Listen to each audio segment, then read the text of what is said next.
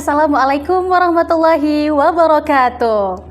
Oke, selamat datang dan bertemu kembali tentunya para waris seni budaya di Medrah Podcast ISBI Aceh. Oke, pada kesempatan hari ini saya Aya selaku host menggantikan posisi Pak Jaki dan Bu Nadra yang sedang berhalangan. Nah, pada kesempatan kali ini kita kedatangan tamu yang luar biasa. Kebetulan kita bersama kita ada Bapak Safwadi ST MSc PhD selaku Kepala Kanwil Bea Cukai Provinsi Aceh. Selamat datang Bapak di kampus ISBI Aceh. Terima kasih undangannya, terima kasih. Oke, mungkin ke depan teman-teman semua akan selalu bertemu dengan saya, jadi jangan bosan-bosan ya. Oke Bapak, mungkin perkenalkan diri dulu Pak ya. Saya Aya, mahasiswa dari Prodi Seni Rupa Murni ISBI Aceh. Selamat. Udah jadi podcast nih ya. Saya mahasiswa kebetulan sekarang semester 7 dan insya Allah akan melanjutkan tugas akhir nantinya di semester di tahun depan. Selamat tuh punya masa depan. Mohon doanya juga Pak. Insya Allah. Oke, pada kesempatan kali ini mungkin kita akan Ayah lebih banyak pengen tahu nih Pak tentang pariwisata di Aceh itu seperti apa sih Pak? Sebab sudah sampai mana dan peran kami sebagai mahasiswa di ISBI Aceh itu seperti apa agar sustainable tourism itu bisa kita lanjutkan secara maksimal nanti ke depannya Pak. Oke. Wah, mahasiswa pertanyaannya luar biasa. Bobot pertanyaannya, wow. Baik, terima kasih. Pertama, ini adalah kali pertama saya hadir di ISBI. Dan ini adalah kesempatan luar biasa saya bisa berinteraksi dengan teman-teman mahasiswa termasuk di podcast ini. Mudah-mudahan komunitas seni dan budaya Aceh makin bisa berkontribusi, amin. Memberikan perubahan dan pembangunan untuk bagi Aceh. Ya. Tadi pertanyaan luar biasa terkait masalah pariwisata. Saya sebagai Kepala Kantor Wilayah Bea Cukai Aceh, di saat bersamaan saya juga perlu menyampaikan bahwa saya adalah pejabat yang juga ditunjuk menjadi perwakilan Menteri Keuangan di Aceh. Jadi jabatan saya adalah Kepala Perwakilan Kementerian Keuangan Provinsi Aceh. Jadi ada jabatan ganda gitu. Di samping saya juga masih memberikan banyak masukan bagi pemerintah Aceh. Dan saya ditunjuk sebagai penasihat senior ekonomi dan pembangunan di Provinsi Aceh. Wow, luar biasa. Sehingga pertanyaan Ayah tadi itu sangat berkait dengan apa yang menjadi tanggung jawab saya, ya, untuk memberikan banyak masukan ke pemerintah daerah terkait potensinya. Yeah. Nah, bicara masalah potensi wisata ya, Aceh itu punya potensi wisata yang huge potensinya luar biasa, ya. Cuma kan jadi pertanyaan, apakah wisata di Aceh sekarang sudah memberikan kontribusi besar atau belum? Gitu ya. Saya harus menjawab bahwa nyatanya memang belum. Padahal itu adalah peluang bagi Aceh dan baru bisa akan maksimal ketika pelibatan kampus ada di dalamnya. Inline kan dengan pertanyaan Ayah tadi bahwa kami sebagai mahasiswa, lebih-lebih mahasiswa Institut Seni dan Budaya Aceh, Budaya Indonesia di Aceh, apa yang kami bisa kontribusi untuk pariwisata? Tadi pertanyaan tentang sustainability, tentang keberlanjutan dari pariwisata. Posisinya adalah bagaimana anak muda Aceh menjadi connecting the dot yang bisa menjadi champions. Karena kontribusinya gini, dalam istilahnya ada apa yang disebut dengan ABG. ABG bukan anak baru gede. Dalam terminologi ini, ABG itu adalah Academic, Business, and Government. Kayak gitu ya. Jadi akademisi dan fungsi-fungsi akademis di kampus itu pegang peranan luar biasa dalam mengakselerasi pembangunan. Gitu ya. Kemudian pebisnis menjadi bagian yang tidak terpisah dengan akademis ini. Di mana pemerintah menjadi fasilitator agar aktivitas bisnis bisa berjalan. Wisata adalah salah satu bentuk aktivitas bisnis yang di dalamnya pasti ada hal yang berorientasi pada profit, pada keuntungan. Karena kalau bicara wisata, saya bisa flashback sedikit ya, saya flashback sedikit. Siap. Sebuah negara diukur tingkat kemajuannya ada 3 fase. 3 fase kemajuan negara itu. Pertama, negara yang baru tumbuh, baru berdiri, dia fasenya fase agro. Oke. Agro ya, agro dalam rangka untuk pemenuhan kebutuhan dasar manusianya. Masyarakatnya, rakyatnya dipenuhi kebutuhan dasarnya, makan, sandang, gitu ya. Maka fokusnya negara itu pasti pada urusan-urusan agro, pertanian, perikanan, dan lain sebagainya. Oke. Itu fase negara yang baru tumbuh, baru berdiri, gitu ya. Kemudian untuk kalau negara itu sudah mulai terpenuhinya kebutuhan dasarnya, maka dia akan memberikan sebuah kegiatan yang berisi nilai tambah. Ada value added, maka bergerak di fase kedua. Apa fase kedua? Manufacture. Nah, manufacture itu adalah aktivitas pemberian nilai tambah yang pasti di dalamnya adalah aktivitas hilirisasi. Gitu ya. Saya belum sampai ke masalah pariwisata nih, tapi ini baru cerita background-nya kenapa kemudian pariwisata punya fungsi luar biasa. Nah, di kegiatan manufacture ini ada kegiatan hilirisasi, pemberian nilai tambah, barang setengah jadi menjadi barang jadi, agar ada nilai tambah dari produk dasar sebagai bahan baku. Kalau di fase pertama tadi bahan dasar, produk bahan baku gitu. Nah, di manufacture masuk di kegiatan hilirisasi, kegiatan produksi. Nah, fase itu yang kedua, fase kedua ini adalah fase negara dari negara berkembang menuju negara maju. Kalau pertama tadi kan awal negara berdiri menjadi negara yang berkembang. Kemudian kalau udah mulai manufacture sudah menjadi negara berkembang menuju negara maju. Nah, negara yang sudah full maju itu adalah negara yang persentase aktivitas servisnya, jasanya lebih besar. Nah, jadi kalau negara yang baru tumbuh, baru berdiri, maka persentase aktivitas agro, maritim, pertanian, dan segala macam itu persentasenya paling tinggi. Kemudian manufakturnya juga masih rendah. Jasanya juga masih sangat rendah. Kalau sudah mulai menjadi negara yang sedang berkembang, maka persentase agronya berkurang, persentasenya aktivitasnya berkurang, tapi sudah bergeser ke manufaktur dan naik ke jasa. Kalau negara sudah maju, jasanya yang persentasenya paling besar. Dia bisa jadi 60% jasa, 20% di manufaktur, 20% di agro. Baru saya kaitkan dengan masalah wisata. Wisata itu ada di klaster jasa. Klaster yang memang bisa mengantarkan negara-negara itu menjadi aktivitas negara maju. Persentasenya untuk wisata itu ada di persentase fase wisata, fase jasa. Karena namanya wisata kan membuat orang nyaman, membuat orang puas, membuat orang bahagia karena aktivitas wisata yang kita siapkan. Jadi itu adalah fungsi-fungsi jasa yang kita berikan. Jadi makin banyak aktivitas wisata yang mempersentasekan jumlah jasa yang kita berikan makin banyak, negara itu makin maju. Jadi kalau ayatannya tadi seberapa besar kontribusi wisata bagi Aceh dan di mana letak fungsi mahasiswa, di sisi ini, persentase ini yang bisa kita dorong. Gitu kan? Jadi perannya kan sangat luar biasa tadi. Kalau kita mahasiswa bisa membuat aktivitas wisata menjadi kontributor terbesar bagi aktivitas ekonomi suatu daerah, maka daerah itu sudah menjadi daerah maju. Contoh, gitu ya, kalau kita lihat bagaimana sekarang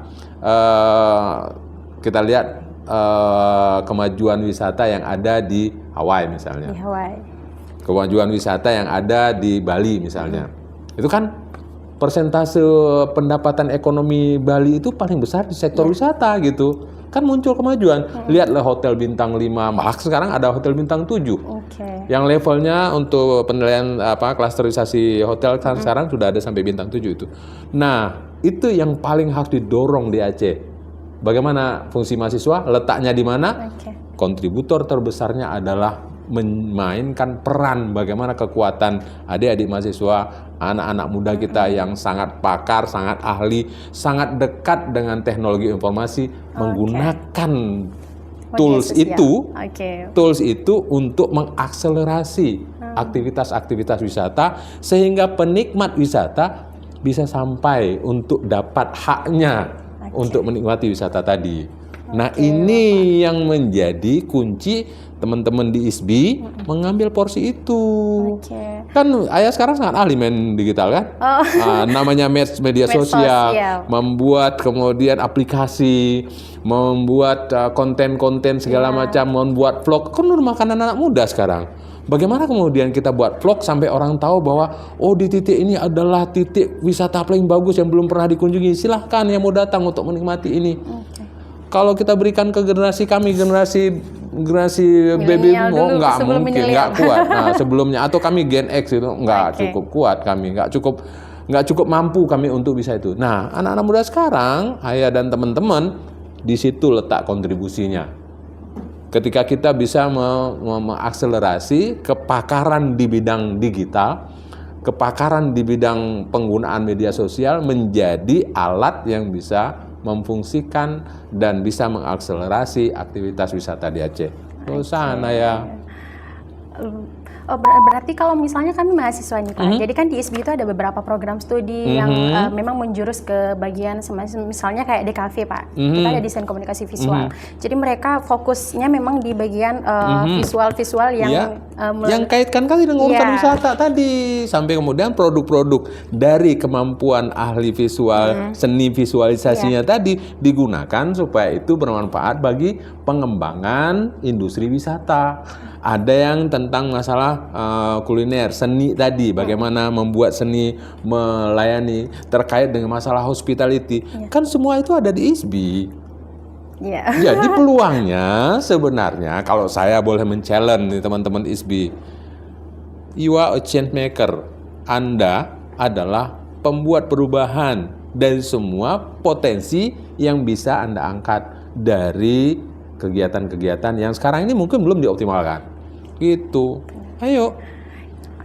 Kira-kira apalagi yang kira-kira menjadi pertanyaan yang ada di pikiran teman-teman mahasiswa? Oke, mungkin dari pribadi Ayah nih Pak. Jadi kan Ayah dari prodi seni rupa murni yang tadi Bapak bilang kayak semacam lukisan. Iya. Nah, kami dari seni rupa murni ini saya pribadi juga masih sangat terbatas. Misalnya saya mikirnya nanti setelah ini saya bisa nggak ya masuk ke sektor pariwisata itu Pak, tapi melalui apa ya gitu Pak. Jadi mungkin ada tip and trick gitu Pak. Misalnya selain dari kita bisa menerobos nih dari jurusan mungkin dari jurusan pariwisata, kami dari seni murni juga bisa loh, ataupun dari seni karawitan, ada seni yang lain mungkin bisa masuk ke sektor itu Pak. Begini Ayah, saya cerita pengalaman aja ya. Dari best practice yang saya pernah dapatkan, tentu saya bisa bercerita sesuatu yang saya rasakan. Saya pernah jalan di salah satu pusat kota di Barcelona. Ketika itu saya melewati seorang pelukis pensil yang dia bisa menghasilkan gambar yang kalau kita mau sandingkan dengan foto hitam putih nggak ada bedanya. Sebegitu tingkat kualifikasinya, dan itu adalah penarik wisatawan. Jadi kalau tadi cerita tentang Ayah tentang sesuatu yang Ayah miliki dan ilmu yang sedang diajarkan di kampus, itu adalah instrumen yang bisa digunakan untuk membuat orang datang karena penasaran, curiosity-nya bangkit, dia pingin tahu bagaimana Anda bisa sampai sepakar itu, dan itu adalah alat membuat wisatawan datang. Karawitan tadi, bayangkan kalau setiap hari ada musik, ada seni tarian yang setiap hari tampil, yang sebenarnya orang wisatawan tuh menunggu-nunggu kapan saya berkesempatan untuk nonton live gitu. Tiba-tiba teman-teman ISB itu setiap hari perform, nggak peduli ada penonton atau tidak ada penonton, tapi wisatawan memang menunggu jadwal itu. Jadi kalau ditanya tadi Kak, dari mana saya masuk? Ya kita jadi pelakunya, jadi penyelianya, sehingga kemudian ada regular schedule yang diketahui oleh wisatawan dunia yang memang dia tunggu momentum itu. Terbayang nggak sekarang ada yang hilang? Apa yang hilang? Gelayang tunang. Ada lomba gelayang, sebuah wisata yang sebenarnya bisa menarik para peminat layang untuk bisa berlomba regional antar negara ASEAN, dan itu yang datang untuk menonton saja, itu gambar bentuk layangannya luar biasa. Siapa yang bisa melakukan itu? Teman-teman seni yang memang punya kemampuan untuk membuat hal-hal yang begitu indah untuk dinikmati dan disaksikan. Jadi kalau tadi peluang mana masuknya, itu pintunya terbuka sangat lebar ya. Sekali, Pak. Nah, tinggal sekarang Ayah sendiri dan teman-teman membuat komunitas, sebab selalu saja orang kan punya rasa untuk ingin merasa yang sudah saya dapat kemarin, saya sudah lewati pengalamannya. Saya pingin yang baru dong, saya pingin lihat lagi hal baru lain apa gitu. Sehingga kalau ada komunitas, kita bisa saling mengisi Ayah. begitu ada sesuatu yang sudah kita sampaikan, teman-teman mengatakan, sepertinya kalau kita tambahkan aktivitas ini, orang akan lebih menarik lagi gitu. Makanya untuk hal seperti ini, dia tidak boleh kerja sendiri. Dia harus kerja kolektif, sifatnya komunal. Nah, komunitas ini yang kemudian perlu ayah dan teman-teman bangun untuk berkontribusi. Saya membayangkan ya, misalnya di Sabang aja lah ya. Di Sabang kan punya tempat-tempat diving luar biasa. Selesai teman-teman penyuka diving itu untuk melihat Sea Garden, taman bawah laut. Setelah itu kan dia nggak mungkin sampai harian di situ kan.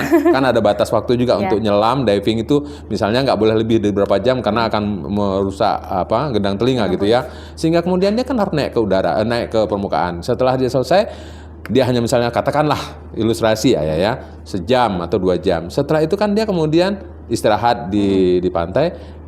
Kalau pas sedang dia istirahat, dia tahu ada atraksi lain yang disiapkan oleh ayah, maka itu adalah sesuatu yang membuat dia minat.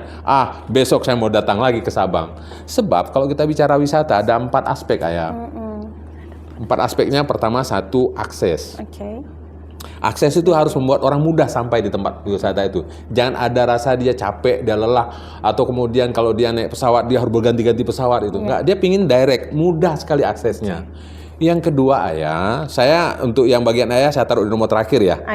Karena jangan sampai di depan supaya tahu nanti ayah berkontribusi di mana. Teman-teman ISBI akan berkontribusi di mana. Setelah akses saya naik ke ancillary. Jadi harus ada apa-apa yang disiapkan, misalnya busnya, aktivitas, siapa memberi informasi segala macam, itu harus ada. Harus ada supaya kemudian muncul kemudahan. Nah, lembaga ini bagusnya digunakan juga dan dimanfaatkan oleh anak-anak, adik-adik kita dari ISBI. Yang ketiga, setelah ancillary ada amenities. Hotelnya harus ada, bersih, kemudian segala hal yang menjadi pendukung gitu. Akomodasi, misalnya kalau di Aceh kan belum ada hotel bintang 5 nih. Nah, itu harus diusahakan oleh pengusahanya. Gitu ya, udah 3 nih, ada 4A namanya. A pertama akses, yang kedua ancillary, yang ketiga amenities. Nah, yang keempat ini baru saya bicara nih. Ini kaitannya super langsung, sangat dan teramat dekat dengan ISBI. Atraksi. Jadi ada 4 tuh, ada akses, ada ancillary, ada amenities, dan ada atraksi. Kalau udah bicara atraksi, seluruhnya milik teman-teman ISBI. Betul kan? Tarian. Ya kan perform tadi kan? Petarian. Tadi apa yang kalau yang karawitan, ada teater juga. Ada teater juga, ada film, ada visual tadi, terus apalagi ada yang seni murni, ada hasil kerajinan segala macam. Kan semuanya di ISBI. Berarti kalau ditanya tentang berapa kontribusinya, besar sekali fungsi ISBI, fungsi teman-teman di ISBI ini menjadi sangat luar biasa. Jadi kalau saya boleh mengklaim ya, kalau boleh saya mengklaim, wisata Aceh berubah atau tidak sangat tergantung dari ISBI. Meskipun jadi tanggung jawab besar ya, tanggung jawab besar bagi teman-teman. Jadi Aceh berubah apa tidak tergantung dari ISBI. Saya bersyukur sekali, alhamdulillah pemerintah pusat memberikan sebuah privilege bagi Aceh untuk mendirikan Institut Seni dan Budaya Indonesia di Aceh. Artinya itu adalah instrumen untuk mendorong potensi wisata Aceh maju ke depan, bisa berkompetisi dengan daerah-daerah lain yang punya kelebihan alam di sisi wisatanya. Karena alam kan kita juga sama seperti bagaimana Bangka Belitung segala macam, kita punya hal meskipun berbeda, tapi kita punya hal yang sama. Meskipun berbeda bentuk gitu ya, kita punya hal yang sama. Begitu juga budaya religi yang mungkin di daerah lain nggak punya. Ada budaya sejarah. Kita satu-satunya dunia yang tempat ada dan jadi tempat pembelajaran tsunami kan di Aceh. Betul ya? Benar, Pak. Betul kan nggak ada tempat lain di dunia. Itu keistimewaan Aceh. Dan itu meskipun dulu musibah, tapi sekarang menjadi pembelajaran. Kan ada yang disebut dengan education tourism. Betul ya? Ada education tourism. Belum lagi tadi ada adventure tourism, ada kuliner tourism. Betul ya? Ada attraction tourism, ada wildlife tourism. Itu semua miliknya teman-teman ISBI. Ayo apalagi? Nah, sekarang apalagi yang buat ayah jadi penasaran? Semuanya sudah saya ungkap tuh. Jadi potensinya menjadi sangat luar biasa bahwa ISBI menjadi kampus besar. Nah, buat teman-teman, kita punya peluang yang besar ini untuk memajukan pariwisata kita di Provinsi Aceh khususnya, Pak. Dan peluang aktivitas bisnis bagi yang sudah menjadi alumni ISBI. Peluang bisnisnya luar biasa. Saya menjadi sangat yakin bahwa alumni ISBI jadi orang-orang kaya besar nih. Amin. Dengan peluang bisnisnya luar biasa besar. kita menjadi sangat terkenal, famous place di dunia itu kan, kita menjadi sangat tahu bahwa Hawaii begitu luar biasa, Bali menjadi super famous gitu ya, belum lagi Macau gitu kan, dengan masing-masing karakteristiknya gitu kan, semua punya kelebihan dan termasuk Aceh. Belum lagi kita bicara Pulau Komodo, Nusa Tenggara Barat, dan sampai kemudian Presiden Jokowi, presiden kita sebelumnya memilih KEK di sebuah tempat di Nusa Tenggara Barat yang tempat itu bernama Mandalika. Nah, Mandalika dibuat itu tempat sebuah pertandingan olahraga balap motor yang sekarang setiap tahun jadi pusat tempat kunjungan turis. Terbayang nggak tuh? Sebenarnya kan di Aceh juga bisa. Iya, benar Pak. Betul kan? Benar. Nah, ini peluang teman-teman ISBI. Saya hanya menyampaikan nih potensi sangat luar biasa besar dan luar biasa bagus bagi adik-adik mahasiswa, termasuk kepada alumni dan tadi tuh komunitas seni dan budaya tadi ya. Iya, Seni dan budaya tadi untuk memanfaatkan peluang ini sekaligus melahirkan peluang-peluang aktivitas produktif yang membuat wajah ekonomi Aceh akan berubah luar biasa. Wah, Maka tadi kan nggak salah saya sebut bahwa ISBI is a change maker. ISBI is Aceh change maker. Jadi wajah ekonomi Aceh akan berubah dengan keberadaan kampus ISBI ini. Luar biasa. Luar biasa. Gimana nih teman-teman yang ingin bergabung ke ISBI Aceh? Sudah menarik? Sudah merasa ingin bergabung? Yuk bergabung bersama di ISBI Aceh, Pak ya. ISBI Aceh itu punya peluang yang besar. Apalagi kita satu-satunya kampus ISBI seni di Aceh, Pak ya, luar di biasa. Provinsi Aceh. Maka potensi prospeknya sangat luar biasa. Sangat tergantung dari bagaimana kemudian kita di internal meletakkan diri kita sebagai potensi yang bisa berkembang bertumbuh luar biasa.